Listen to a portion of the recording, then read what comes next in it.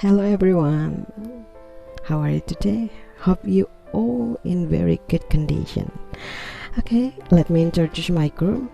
My name is Ika Oktarina and my partner Umi Nur Homsah will take a look this book, very good book. It called as Introducing Second Language Acquisition for Moral Saville. This is the second edition. We will discuss one chapter of this book, exactly the chapter 6. Are you ready? Introducing Second Language Acquisition from Moral Saville. Chapter 6. Acquiring a knowledge for second language use. This chapter explains about characterizations of communicative competence. We will see that we must distinguish between, first, knowledge that must be learned to fulfill academic functions, and second, knowledge required for interpersonal functions. Area of knowledge needed are then categorized and prioritized according to the traditional levels of language. They are vocabulary, morphology, phonology, syntax, and discourse. What we are going to discuss exactly is the second characteristic. Components of language knowledge for interpersonal functions. Linguists have traditionally divided language into the following 6 components for purposes of description and analysis. First, vocabulary. The number of words that second language speakers learn, as well as the degree of their vocabulary knowledge, depends on their ability to pick up this information for context, both oral and written, in which the words are used as well as from explicit instructions. The following types of knowledge contribute to effective use of context for vocabulary learning. Second, morphology or word structure. Morphology is concerned with how these morphemes combine to create words and how the words in turn can be modified to express different meanings. This level is highly significant for learning English. For instance, where thousands of words are formed by compounding smaller words.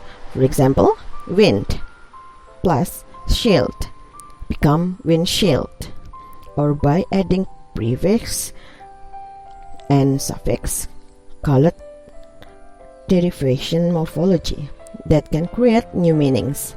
For example, un plus kind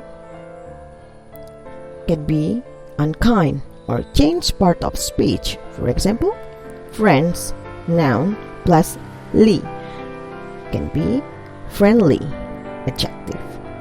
Okay, the third is phonology, our sound system.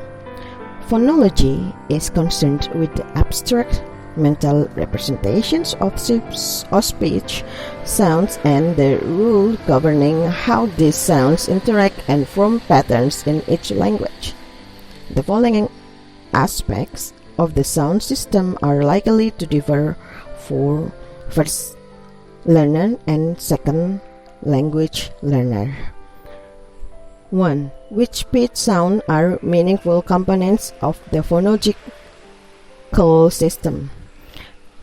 2. Possible sequence of consonants and vowels. 3. Which pitch sounds can and cannot occur in combination with one another, in which syllable and words positions. 4. Intonation patterns, stress, pitch, and duration. 5. Rhythmic patterns. Okay guys, and the second explanation will be delivered by my partner Umi Nur Homsah. Okay, thank you my friends. Hello, I'm Umi and I want to continue the explanation about the elements in communicative competence.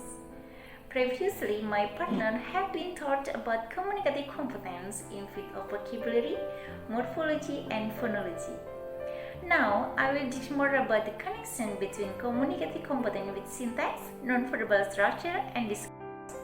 Okay, the first is about syntax.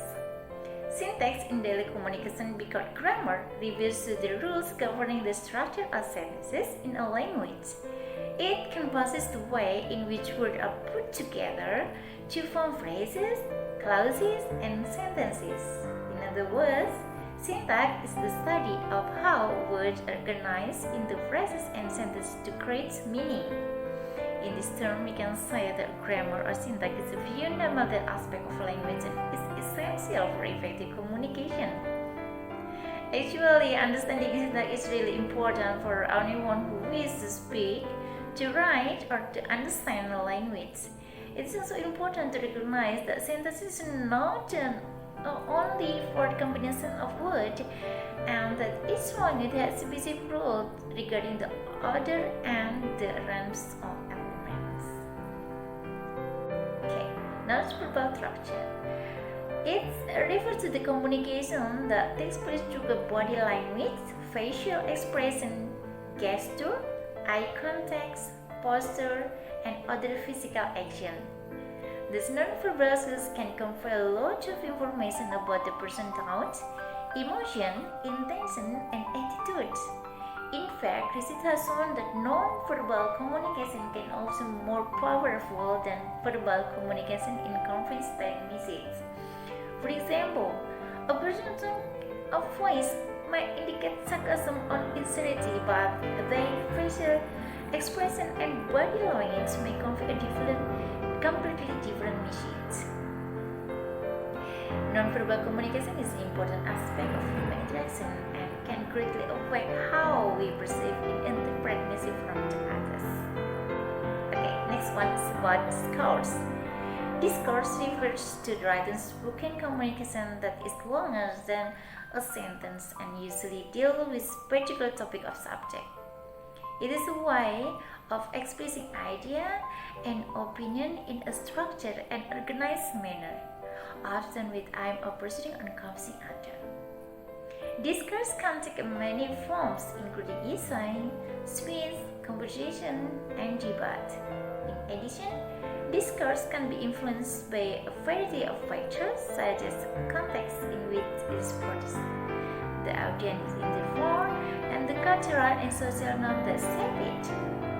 Understanding discourse is essential for effective communication and for making sense of the world around us.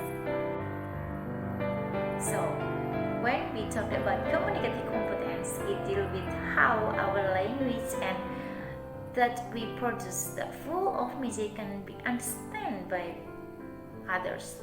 So to make that happen, the component of language knowledge that should be learned are vocabulary, morphology, phonology, syntax, non-verbal structure, and discourse. Okay, that's all from us about communicative competence, and thank you.